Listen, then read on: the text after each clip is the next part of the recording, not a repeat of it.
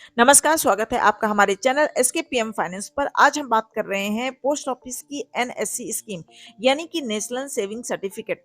भारत सरकार द्वारा चलाई जा रही स्कीम है, सेफ है, बचत योजना है, जिसे मिडिल क्लास लोगों के लिए बहुत अच्छी स्कीम बनाई गई है। ये योजना पोस्ट ऑफिस में उपलब्ध है। इसमें निवेश करके लोग टैक्स की बचत भी कर सकते हैं। इसमें मिलने वाला ब्याज फिक्स होता है और सरकार इसे समय समय पर रिवाइज करती रहती है।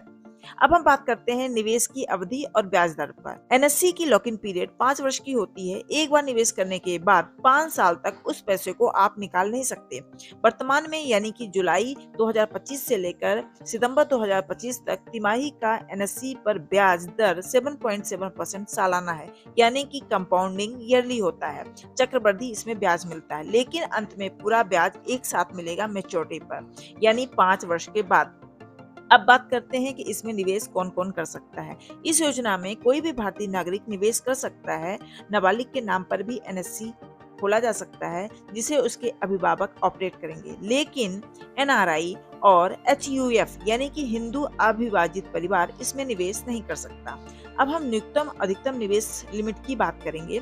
इस योजना में न्यूनतम निवेश सीमा 1,000 रुपए से स्टार्ट किया जा सकता है और अधिकतम की कोई लिमिट नहीं है। आप जितना चाहें उतना आप इसमें निवेश कर सकते हैं, लेकिन टैक्स छूट सिर्फ 1.5 लाख रुपए तक के निवेश पर ही मिलेगी, यानी कि आपको एटीसी के तहत इसमें टैक्स बेनिफिट्स मिलता है। ध्यान रहे, निवेश करने से पहले नजदीकी पोस्ट ऑफिस में जाकर जानकारी की पुष्टि करें। ये वीडियो केवल एजुकेशन उद्देश्य से ही बनाया गया है। एनएससी में निवेश करने पर इनकम टैक्स एक्ट की धारा 80C के तहत 1.5 लाख तक की छूट मिलती है और जो आपके डिपॉजिट पर जो ब्याज हर साल मिलता है उसे भी अगले साल के लिए फिर से निवेश मान लिया जाता है। उस ब्याज पर भी टैक्स छूट मिलती है, लेकिन आखिरी साल का ब्याज टैक्सेबल होता है। अब बात करते हैं कि एनएससी को हम कैसे खरीदें। एनएससी खरीदना बहुत ही आसान है। इसके लिए आपको अपने नजदीकी पोस्ट ऑफिस में जाना होगा। आप इसे ऑफलाइन तरीके से खरीद सकते हैं। इसके लिए Aadhaar card, PAN card, passport size photo, साथ ही में ही आपको एनएससी की ई एनएससी के रूप में भी खरीद सकते हैं, जो सीधे आपकी इंडियन पोस्ट पेमेंट, जिसे आईपीपीबी अकाउंट के नाम से जानते हैं, उससे आपका लिंक हो जाता है। एनएससी को एक व्यक्ति से दूसरे व्यक्ति के नाम पर कुछ शर्तों के साथ ट्रांसफर किया जा सकता है, जैसे कि उत्तराधिकार, गिफ्ट के रूप में या कोर्ट के आदेश के द्वारा ही आप एनएससी को ट्रांसफर कर सकते हैं या एक दूसरे व्यक्ति को दे सकते हैं। आप अगर चाहें तो एक पोस्ट ऑफिस से दूसरे पोस्ट ऑफिस में भी ट्रांसफर कर सकते हैं। बहुत ही सरल नियम है। आपको नजदीकी पोस्ट ऑफिस में जाना है और वहां पर ट्रांसफर फॉर्म लेना है, उसे सबमिट करना है और एक एप्लीकेशन भी देना है। वो आपको पूरी जानकारी दे देंगे और आप जहां भी अपना अकाउंट खुलवाना चाहते हैं, मतलब ट्रांसफर कराना चाहते हैं, वो आपका ट्रांसफर हो जाता है। अब बात करते हैं प्री मेच्योर विड्रॉल की। अगर आपकी कोई समस्या आ गई है और समय के पहले आप अपना पैसा निकालना चाहते हैं, तो सामान्य तौर पर एनएससी को प्री मेच्योर कैश नहीं दिया जा सकता, लेकिन कुछ विशेष परिस्थितियों में, जैसे कि खाता धारक की मृत्यु हो गई, कोर्ट का आदेश या किसी सरकारी ऑफिसर द्वारा जब्ती के मामले में पैसा आप निकाल सकते हैं या निकाला जा सकता है। अब हम बात करते हैं एनएससी और पीपीएफ में क्या अंतर है। तो हम एनएससी और पीपीएफ को बहुत सरल शब्दों में समझते हैं। एनएससी एक शॉर्ट टर्म सेविंग स्कीम है और पीपीएफ एक लॉन्ग टर्म सेविंग स्कीम है। एनएससी की अवधि 5 वर्ष की होती है और पीपीएफ की 15 वर्ष की होती है। एनएससी में ब्याज दर 7.7% होता है और पीपीएफ में ब्याज दर 7.1% होता है। एनएससी में जो टैक्स बेनिफिट्स होता है 1.5 लाख तक ही एटीसी के तहत टैक्स छूट मिलती है, पर पीपीएफ में ट्रिपल ई बेनिफिट्स मिलता है।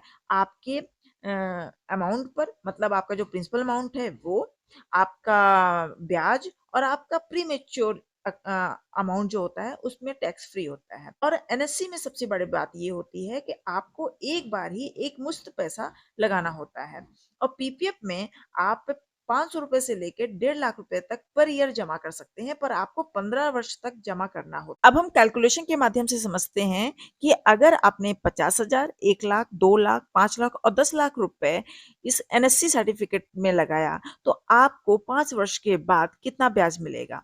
तो मान लीजिए अगर आपने 50,000 रुपए लगाया 7.7% की दर से 5 वर्ष के लिए, तो उसकी ब्याज राशि बनेगी 22,452 रुपए और मैच्योरिटी अमाउंट आपको मिलेगा 5 वर्ष के बाद 72,452 रुपए। वहीं पर अगर आपने 1 लाख रुपए का सर्टिफिकेट खरीदा और ब्याज दर 7.7% की दर से 5 वर्ष के लिए, तो ब्याज राशि बनती है 44,903 रुपए।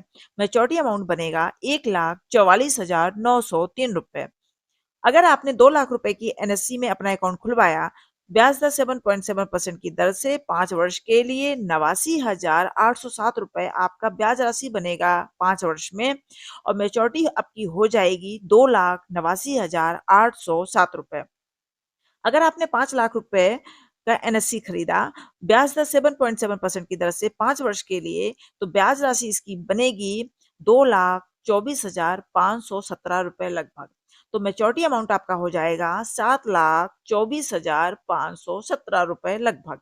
अब हम अगर 10 लाख रुपए की एनएससी का सर्टिफिकेट खरीदते हैं 7.7% की दर से 5 वर्ष के लिए, तो इसकी ब्याज राशि बनेगी 10 लाख रुपए पर 4,49,034 रुपए। तो आपका मैच्योरिटी अमाउंट हो जाएगा 14,49,034 रुपए। अगर ये वीडियो आपको अच्छी लगी है तो लाइक, शेयर, सब्सक्राइब ज़रूर करें। मिलते हैं अगले वीडियो में नई जानकारी के साथ। पर ध्यान रहे, ये वीडियो केवल एजुकेशन पर्पज़ से है। निवेश करने के पहले पूरी जानकारी ले लें, और सटीक जानकारी लेने के लिए आपको नज़दीकी पोस्ट ऑफिस में जाना चाहिए और वहाँ पर पूरी जानकारी आप लें। और मेरी निवेश की कोई सलाह नहीं है, केवल आपको जानकारी दे रही हूँ ताकि आपको पता होना चाहिए कि किसमें कितना निवेश करने पर क्या-क्या मिल सकता है। मिलते हैं अगले वीडियो में। धन्यवाद।